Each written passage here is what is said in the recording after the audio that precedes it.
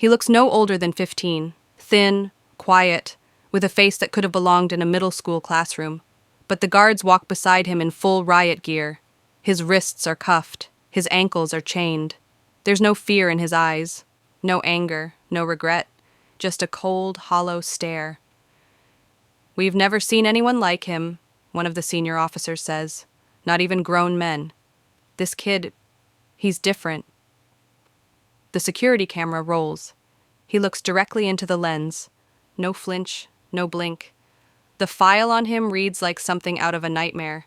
3 murders, 4 armed robberies, 1 attack on a correctional officer, all before his 15th birthday. The news ran his story like wildfire. Teen killer charged as adult. A child without a conscience. A walking time bomb. But what the headlines didn't ask was, where was everyone before he pulled the trigger?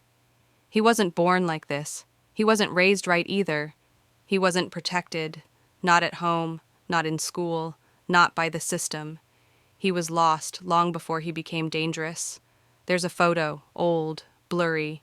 He's maybe 6 years old, wearing a Spider-Man t-shirt, holding a toy gun, smiling like any other kid. That smile doesn't exist anymore. By the time he fired a real gun, he was 13. By the time the court declared him a permanent threat, he was 14. When the judge asked him if he had anything to say before sentencing, he shrugged and said, "I didn't expect to live past 16 anyway." Now he spends 23 hours a day alone in a concrete cell. No school, no visitors, no second chances, just silence, and a notebook he scribbles in when no one's looking. Maybe even he's still trying to understand how he got here. This story isn't about heroes or villains. It's about a child who became a weapon, and a country that keeps asking how, but never when. We went inside. We spoke to him. We followed the trail, from broken homes to broken laws to locked doors. And now we're left with one question. Can a child ever be too far gone? This is not a story about evil. It's a story about consequences. This is the story of the most dangerous kid in U.S. prison. He was born on a Tuesday. His mother was 19, addicted to meth, and alone in the delivery room. His father didn't come. He never would. The nurse who held him first said he wouldn't stop crying, not even after they wrapped him in warm blankets. They named him Malik, a name that means king. But he wouldn't grow up like one. His first home wasn't a crib in a nursery. It was a motel off a highway, one of those kinds where the walls are thin and the arguments are loud. By the time he turned 4, he had already lived in 6 different places, each one smaller, colder, dirtier than the last. His mother did what she could. Some days that meant buying him a cheeseburger with the last $5 they had. Other days it meant disappearing for 2 days straight while he waited by the window holding an empty juice box. Neighbors called CPS more than once. Reports mentioned bruises, a broken arm, long absences from school. Nothing stuck. No one followed through. By 7, he had stopped speaking in full sentences. He was labeled emotionally disturbed at school. At 8, he was suspended for stabbing another student with a pencil. No one asked why. They just wrote the report, sent him home, and moved on. At 9, he entered the foster system. His mother was arrested, again, for possession and child neglect. Malik was placed in a group home 3 hours away. The place had locks on the food cabinets, bars on the windows, and staff who referred to the kids by their case numbers. He didn't last there long. He fought, stole, ran. He got bounced around, 8 homes in 2 years. Some foster parents gave up. Others were just in it for the check. One of them beat him so badly he missed a week of school. Another locked him in a basement overnight when he wouldn't stop crying. By 11, he was back on the streets, sleeping in laundromats, stealing energy drinks from gas stations, learning how to keep his head low and his hands fast. The first time he was arrested, he'd broken into a car and taken a pair of sunglasses. The officer wrote, "No remorse." Malik said nothing, just stared. At 12, he met a man named Ray who ran a corner crew. Ray gave him clothes, money, food, a phone. He also gave him a gun. That was the first time Malik felt powerful. Not safe, not loved, but powerful. It was the only thing that seemed to matter anymore. By 13, He wasn't just running errands for Ray. He was collecting debts, carrying weight, making threats, and eventually pulling triggers. When he got caught, no one from his past came to the courtroom. Not a parent, not a teacher, not a single adult who knew him before he was a headline. The prosecutor called him the product of violence. The judge called him irredeemable. Malik didn't flinch. What they didn't say out loud, but everyone understood, was that he was also invisible. No one had claimed him before, and no one would after. He was a ghost long before he entered prison. One social worker who handled his case when he was 10 told us, "He never got a childhood. He got survival training."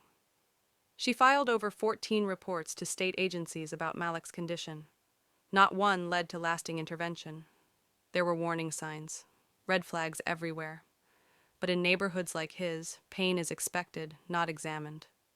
When a kid lashes out, they're called a problem, not a person in need. When they disappear, the world barely notices. Now Malik sits in a cell built for men twice his size. His hands don't reach the top bunk without jumping. His voice cracks when he speaks, but he rarely does. He trusts no one, not guards, not therapists, not even himself. This is where his story started. Not with violence, but with silence. Not with hate, but with absence. He wasn't born broken. He was dropped over and over again, until something finally cracked. It happened on a cold Friday night. Malik was 14. The sky was black by 6 p.m., the streets half empty. Just another forgotten corner of the city, where porch lights stay off and people mind their own business. He wasn't alone. 2 older boys from Ray's crew were with him. One was 17, the other 18. Both had long records. They knew Malik would do whatever they told him, and they knew he wouldn't hesitate. That's why they brought him. The plan was simple. In and out. Quick home invasion. Cash, maybe some drugs, a couple of phones. They said the guy they were robbing owed Ray money and wouldn't call the cops. They said it would be easy. But nothing about Malik's life had ever been easy. They kicked in the back door of a small 2-bedroom house in the middle of a quiet block. Inside were 3 people, a man in his 40s, his girlfriend, and her 12-year-old daughter. None of them were armed. None of them fought back. They didn't have time to. According to court documents, it was Malik who pulled the trigger first. 1 shot, then 2 more. The man dropped instantly. The girl screamed. Malik turned and fired again. In total, 3 people were shot. 2 died at the scene. The third, just a child, survived, but barely. She woke up in a hospital 2 days later. Half her face was gone. She still hasn't spoken since. Malik was arrested 3 hours later. Someone from the crew tipped off police when the story hit the news. He was found in a vacant apartment, hiding under a mattress. The gun was still on him. He didn't run. He didn't resist. He barely even blinked. At the station, detectives tried to talk to him. They showed him photos, played the audio from the 911 call, asked him what happened. He said 5 words. "I did what I had to." That was all. The case made headlines instantly, not just because of the violence, but because of his age. A 14-year-old carrying out a double homicide with the calmness of a veteran hitman. The media couldn't believe it. Neither could the city. But those who knew Malik weren't shocked. They were just sad. His old teacher from 4th grade remembered him as the quiet kid in the back who never brought lunch and never made friends. There was always something behind his eyes, she said. Not evil, just distance, like he was already gone. Prosecutors moved fast. Within a week, they filed to try him as an adult. They cited his brutality, his lack of empathy, his preparation. They said he was a public threat. The judge agreed. There was no jury, no long trial. His public defender argued for trauma, environment, neglect. But none of that outweighed the bullet wounds. In under 40 minutes, Malik was convicted on 2 counts of first-degree murder, 1 count of attempted murder, and aggravated burglary. The judge sentenced him to 65 years in adult prison. He didn't cry, didn't speak, just stared at the wall like he wasn't even in the room. Reporters outside the courthouse called him a killer in kids' clothing. One headline read, The face of America's youth crisis. Another, too young to drive, old enough to kill. But beneath the sensationalism was a deeper question. One people were afraid to ask, what kind of country builds children like this? The answer wasn't in the courtroom. It was in the system that failed him long before he ever picked up a gun. Inside his cell now, he draws scenes from memory. He never signs them, never dates them, but every sketch shows the same thing: people with no faces. Maybe that's how he sees the world, or maybe it's how he thinks the world sees him. He's not the first kid to fall through the cracks, he won't be the last, but he is one of the few who made the whole country stop and stare, and the question still lingers: was this his choice, or was this what he was built to become? The first night inside, Malik didn't sleep. Not because he was scared, he said later, he just didn't know how to rest in silence. He was used to noise, sirens, arguments, broken glass, late-night footsteps, but prison has its own kind of silence, heavy, watching, waiting. They put him in solitary from day one, not as punishment, but for protection. He was 14, a child in a place built for grown men who had seen blood, served decades, and earned their place through violence. Malik hadn't earned anything. He'd just arrived broken. His cell was 6 feet wide and 10 feet long, a metal sink, a steel toilet, a concrete bed with a foam mat. No windows, just a narrow slot in the door where food trays came through twice a day. Breakfast at 5 a.m., dinner at 4:30 p.m., lights out by 9. But for Malik, the lights never really go out. They keep the fluorescent hum going for observation. He spends 23 hours a day alone. 1 hour outside the cell in a small fenced yard with no grass, just concrete and sky. Sometimes he walks in circles. Other times he just sits with his back against the wall, eyes closed, lips moving but saying nothing. He doesn't talk to the guards, doesn't look them in the eye. They say he's quiet but alert. He listens to everything.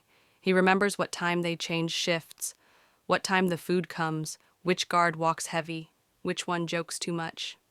He watches, he stores it all. They tried to put him in therapy. Once. A woman came in, sat across from him behind a thick plastic barrier, and asked about his childhood. He didn't respond. After 5 minutes, he stood up and walked out. He doesn't write letters, no one writes to him, no visitors, no family. His mother is still alive, but she hasn't tried to contact him. She told a reporter, "I stopped being his mom the day I let him walk out with that crew. I just didn't have anything left." He has a notebook, though. One guard says he writes in it for hours some days. No one knows what's in it. When they tried to take it to search for gang references, he didn't protest. He just stared at the wall until they brought it back. Sometimes he draws, faces with no eyes, houses with no doors. One picture showed a small boy standing on train tracks, watching a train coming toward him. He had no mouth. He has no future date for parole, no programs for release, no classroom. Just time. Decades of it. The world outside has already moved on, but Malik remains, trapped in a cell, frozen in time, carrying the weight of a life that never had the chance to begin. And somewhere beneath the stillness, one question continues to echo in that cell. If you put a child in a cage, what do you expect him to become? Some people watch Malik's story and feel rage. And maybe that's fair. 2 people are dead, a child is disfigured, families shattered forever. There's no excusing that, no rewriting it. What he did can't be undone, but rage can't be the end of the story. Because if we stop there, at the crime, at the sentence, we ignore everything that created him. Malik wasn't some rare monster. He was built in plain sight, forged in silence, sharpened by hunger, neglect, abandonment. He slipped through every crack in a system full of them. No therapist stayed, no teacher followed up, no agency intervened in time. Not because they didn't care, but because they were underfunded, understaffed, overwhelmed. The truth is, Malik never stood a chance. And neither did the people he hurt. So now we ask, what is justice? Is it putting a child in a cell for the rest of his life and forgetting he ever existed? Is it punishment without prevention? Is it revenge dressed as protection? We tell ourselves some kids are just too far gone, that it's safer to lock them up forever than to ask uncomfortable questions about poverty, race, mental illness, education, trauma. But we don't say that because it's true. We say it because it's easier. Easier than admitting we failed him. Easier than changing the systems that made him. Easier than facing the mirror. Some argue that Malik deserves no mercy, that his sentence sends a message. But what message are we really sending? That we don't rehabilitate children. We abandon them. That accountability only looks like bars. That survival is not a cry for help, but a threat. Across the country, there are more kids like him, in cells, in courtrooms, in classrooms. Some are quieter, some are angrier, but all of them are watching. They see how we respond. They see what kind of care we reserve for those who hurt others, and what kind of care we deny those who've been hurt.